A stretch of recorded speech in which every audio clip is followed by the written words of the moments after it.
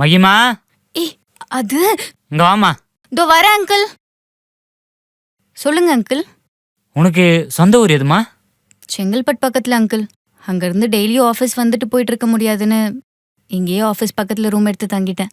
நானும் ஊர்ல இருக்கிற நிலத்தெல்லாம் வித்துட்டு சென்னைக்கே வந்துடலான்னு பார்த்தா நிக்கில அம்மா ஒத்துக்கவே மாட்றா. எவ்வளோ நிலம் அங்கிள் இருக்கு?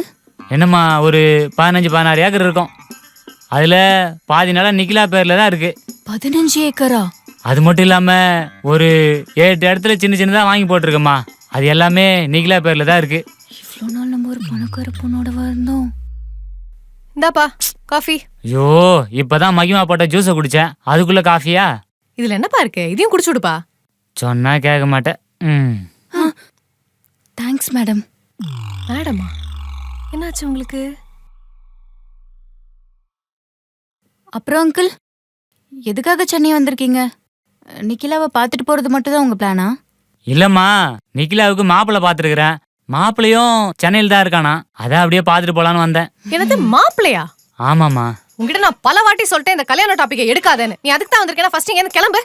நான் மாலை வேற போட்டிருக்கேன். என்ன பேசுறதுன்னு தெரியாம நீ பாட்டுக்கு பேசிட்டு இருக்க.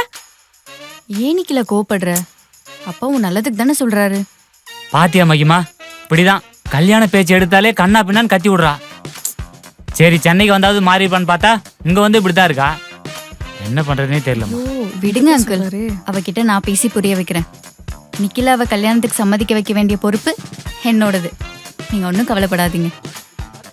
அது எப்படி ஒன்று விட முடியும்? அவனை பழி வாங்க வேண்டாம்.